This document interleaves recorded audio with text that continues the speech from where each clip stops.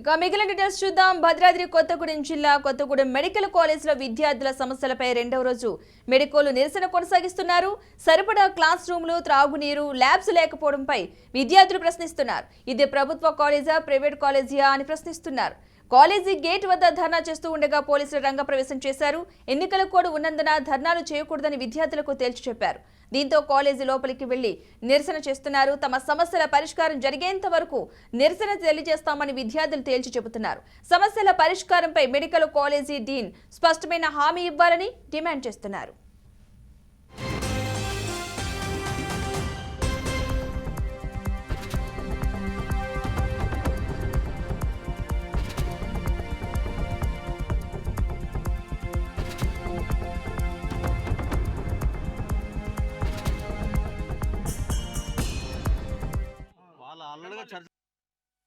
మామూలుగా ఏ మెడికల్ కాలేజ్కి, government medical కాలేజ్కి ఫీజు వచ్చేసరికి 26,000 ఉంటుందండి.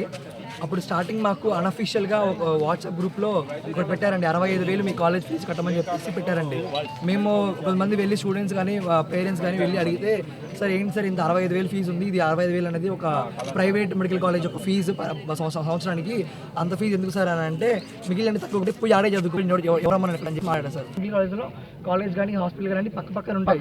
ఇక్కడ దూరంగా ఉంటే మా ప్రాబ్లం కాదు కదండి, అది గవర్నమెంట్ చూసుకుంటుంది కదా. అండ్ దానికి అడుగుతున్నారండి, ఎప్పుడు అడిగినా కానీ ఫండ్స్ రాలేదు, ఫండ్స్ లేవు అంటారు.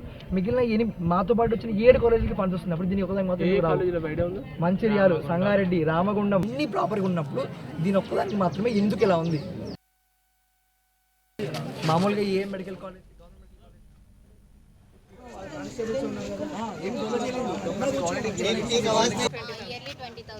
ఎవరు అడుగుతున్నారు? ఇది ఇంకేం అడుగుతున్నారు?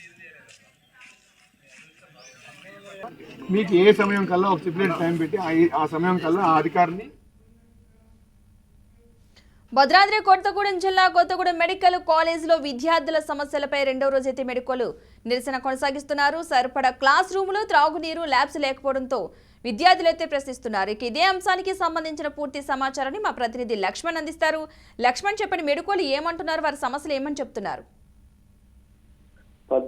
ఈ భద్రాద్రి కొత్తగూడెం జిల్లా కాలేజీ సంబంధించి నిన్న ఎవరైతే మెడికోస్ ప్రారంభించారో ఈ నిరసన కార్యక్రమానికి ఇవాళ కూడా కొనసాగిస్తున్నట్టు తెలుస్తుంది. ఈ కొనసాగింపులో ప్రస్తుతం 144 సెక్షన్ అమలు చేయడం వల్ల, ఎలక్షన్ కోడ్ ఉండటం వల్ల 144 సెక్షన్ అమలు చేశారు. బయట ధర్నాలు చేయకుండా చేయడానికి పర్మిషన్ లేదంటూ అడ్డుకున్న పరిస్థితి కనపడుతుంది.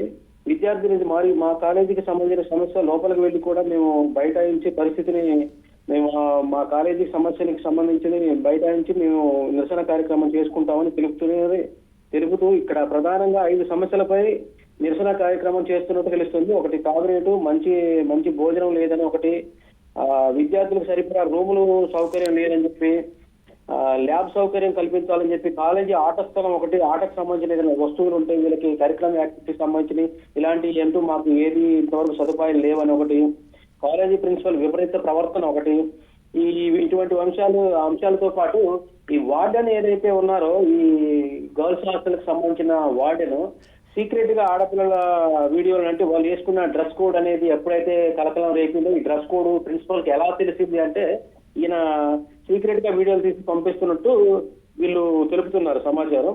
ఈ విద్యార్థులు మాట్లాడుతున్న వివరాల ప్రకారం వేసవికాలం రావడంతో తాగునీటి సమస్య ఎక్కువగా ఉంది.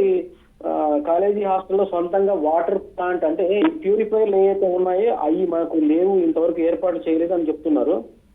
ప్రస్తుతం మన మంచినీటి ప్రాంతాలు ఈ కొరతకు ఈ పరిసర ప్రాంతాల్లో ఉన్న వాటర్ ప్లాంట్లకు అరకొరగా వాటర్ క్యాన్లు తీసుకొని వచ్చి ప్యూరిఫైర్ వాటర్. అయితే ఇప్పటి వరకు కాలేజీ డీన్ ఏమైనా స్పందించారా? కాలేజ్ డీన్ ఇంతవరకు ఏం స్పందించలేదంట పద్మ. ఆ కాలేజీ డీన్ విషయంలోనే పోలీసు వారు మాట్లాడి మీరు ఎవరైతే స్పందించాలనుకుంటున్నారో వారిపై మేము మాట్లాడతామంటే వీళ్ళు ఖచ్చితంగా ఇక్కడ ఉన్న సమస్యల్ని మాత్రం ఖచ్చితంగా పరిష్కరించే దిశగా మాకు న్యాయం జరిగితేనే మేము పోరాటం ఆపుతాం, లేదంటే ఈ నిరసన కొనసాగుతూనే ఉంటుందని తెలుస్తున్నారు Padma. Right, thank you Laxman.